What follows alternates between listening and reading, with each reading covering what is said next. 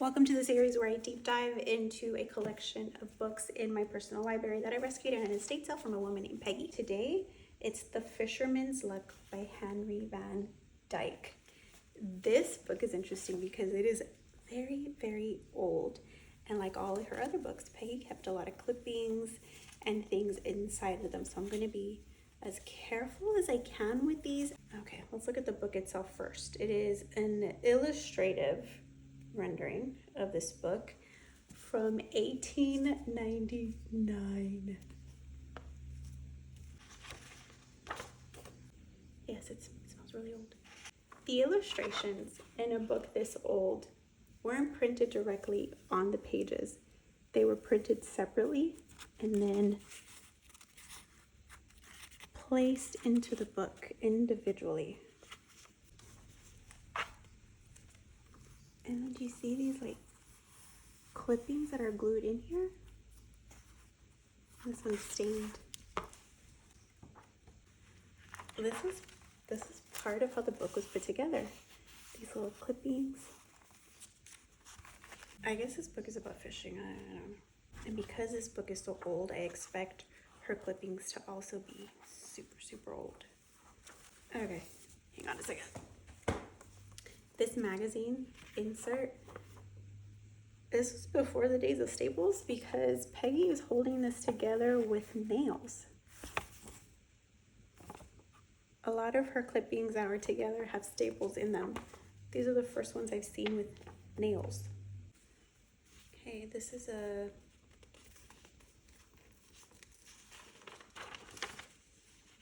definitely a newspaper clipping about fishing. I love how there's an advertisement for Ivory soap here at the bottom. Oh my gosh. Here's another one. More nails.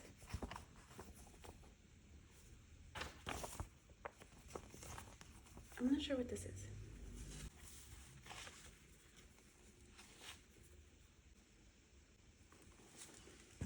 Okay, this is a super, super old clipping. Let's see if we can find a date. I'm scared it's gonna fall apart.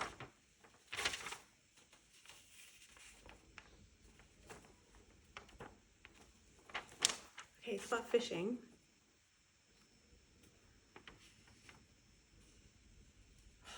There's no date on this. Clearly, it's very old. On the back side, there's an article about New York and the Upper Fifth Avenue to house the 4,000. They're being crowded out by searing real estate values. I want to try to read that. I'm going to try to see if I could find these articles digitized to see if we can get a date. Because this is early 1900s right here. For example, this clipping here, 1921. No longer infrequent on New York trout streams. Feminine fly casters. Milady's fishing pants. It's about lady fishing pants. Once upon a time, there was a bride and her bridegroom was a fisherman who immediately after the honeymoon quite naturally began to instruct her in the theory and practice of fly fishing. In looking back over the last decade and a half, it would seem that the bride in her fishing costume was almost a pioneer in the matter of sport dress for women.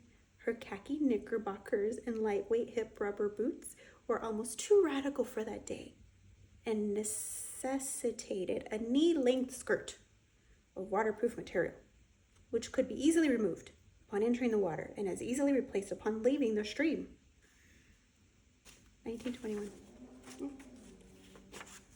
I always like looking at the ads too. You want a day bed for 1975?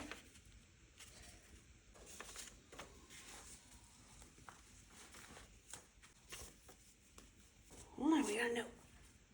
I think this was Carter Pairings.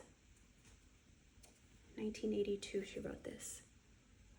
Okay, so Peggy used to do this thing where she would write or make a note in the book of who the book belonged to originally before it came into her collection or her possession. A lot of times I have found books that Peggy had given to her children or other members in her family, but somehow they ended up back in her collection. And she would write little notes in there. So I'm guessing this was somebody else in her family because the pairing was her last name. So maybe somebody before her, because 1889 is, I think that was before Peggy was born. I don't know what year she was born, but she died in early 2000s. This was a good find. I'm glad we chose this one today. Definitely gonna keep this one in the must keep section of the library.